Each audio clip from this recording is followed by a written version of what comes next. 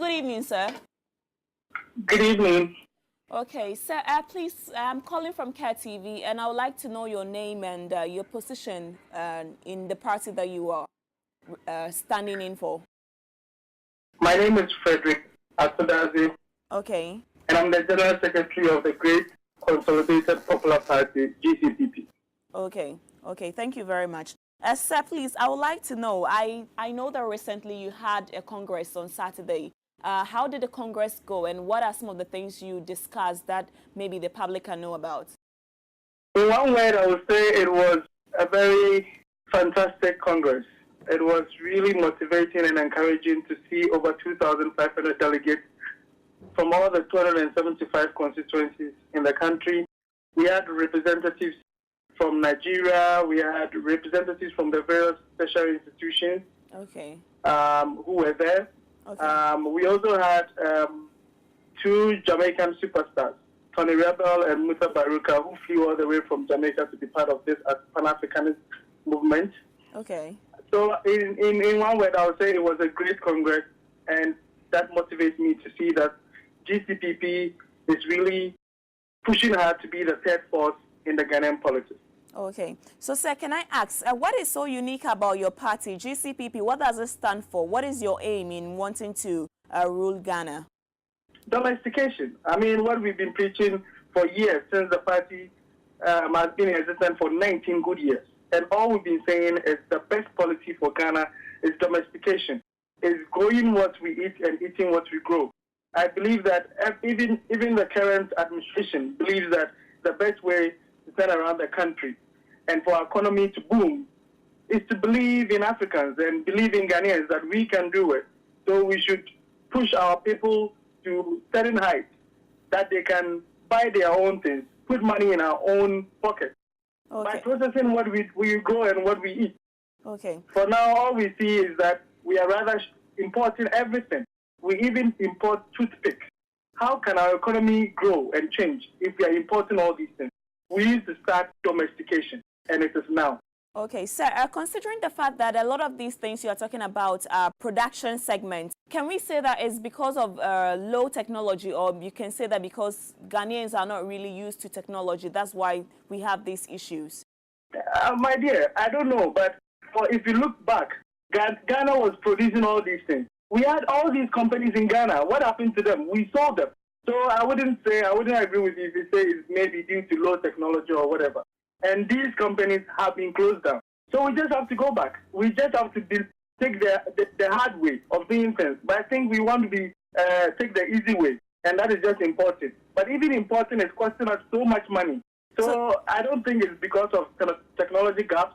I think it's the will of the people and the government to take that decision. Okay, so talking about these companies, can we say therefore that it was mismanagement that led to all these things? Mismanagement by who? Mismanagement of the companies. If it was in session some years ago and they are not anymore, can we say that it's because it was mismanaged by the then directors or the people who were overseers of the company? That's why it went down. The only thing I can tell you is that if GCPP is in power, we would make sure with the right leadership to sustain such companies in Ghana, for Ghanaians to be able to process our raw materials so that all these companies will give us money. For us to even export our finished goods, not always exporting raw materials that is giving us less money. If we are exporting finished goods, we will get more money for the country to grow. So I wouldn't go to what others did. What I would say is that GCPP is ready to take power, and if we are given the mandate, we are going to make sure that all these things will be happening because it has happened before in Ghana and it can work. Okay, sir. So, sir, we are going for elections in 2016. What are the preparations that GCPP are doing right now to ensure that they come to power next year? They're going on the ground. So what we've done is that we've done all our elections at the constituency level. All the 275 constituencies, we've done elections there. We've done our regional elections. We are going to the polling station and the branches. We are touching all the aspects of the party structure, making sure that our people are on the ground talking to people. And that is the only way that we can advance our cause. So that is what we are doing. Okay, so as of now, do we have a flag bearer now, or are nominations still open? No, per our party's constitution, Okay. the chairman of the party automatically becomes the president, and the first vice chair becomes the running mate. So in Kumasi on Saturday, Dr. Henry Herbert Latte was elected as the chairman and the flag bearer for GCPP in the 2016 election. Okay.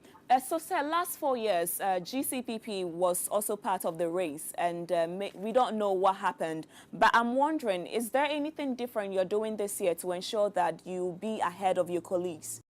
My dear, you said you don't know what happened? Then Yes. let me brief you what happened. So, out of the blue, GCPP was on the ballot paper, and we placed fourth out of about 8 contestants. We were fourth. And this time around, we are saying that we've gone through all the constituencies. Yes. We were catch up with time, so we couldn't finish all our constituency elections before we headed to the general election. But this time around, we've started early, we've started campaign early, we've elected our officers, and we are going to push on the ground before the 2016 election. And inshallah, obey so. Okay, so that's to say that you are fully prepared and ready for next year. Yes, we just came out of Congress, we've elected our national officers, and we are going to sit down and have a strategic meeting, and then the next thing is to go on the ground and start working. Okay. All right, sir. We've had this demonstration going on, Let My Vote Count, people wanting the voters register to be scraped away. I want to know your opinion. Do you agree that they should change the voters register as of now, or we should maintain the one that we have? I would say it's the right of every Ghanaian to let every public institution know their stand. So it is okay for the Let My Vote Count to go on demonstration. It is their right, and they are allowed to exhibit that. Today we had an IPAC meeting at the Electoral Commission, and we talked about some of these things, and they are thinking of giving us a forum for us to come and make presentations from the various political parties.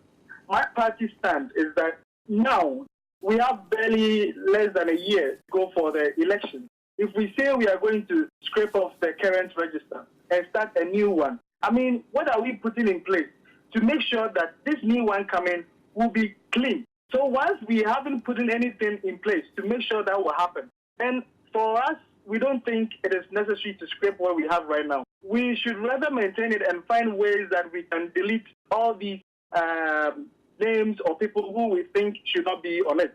But apart from that, I think what we need to do is to have a national register. I mean, a national identification system that would make sure that we can use that to identify Ghanaians who are eligible to be registered.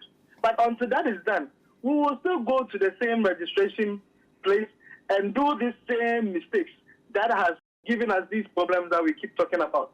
So for us, until we have a way of checking who is eligible to register, I don't think what we have currently, we should scrape it off, because we do not even have time on our side. And let's not forget, it takes a lot of resources, not just on part of the Electoral Commission, but on the various political parties for registration. You need polling agents to be there to supervise the registration and all that. These are all resources that we, some of the political parties, have not budgeted for. So all of a sudden, if we say we want to scrape this off and do a new one, then it will give us, most of us, a problem. But sir, we are waiting for the forum to do our presentations and see the way forward. Okay, sir. But I'm thinking, won't it affect the quality of the votes that we are going to get? Because if we have foreigners voting, and that means that it could affect the outcome.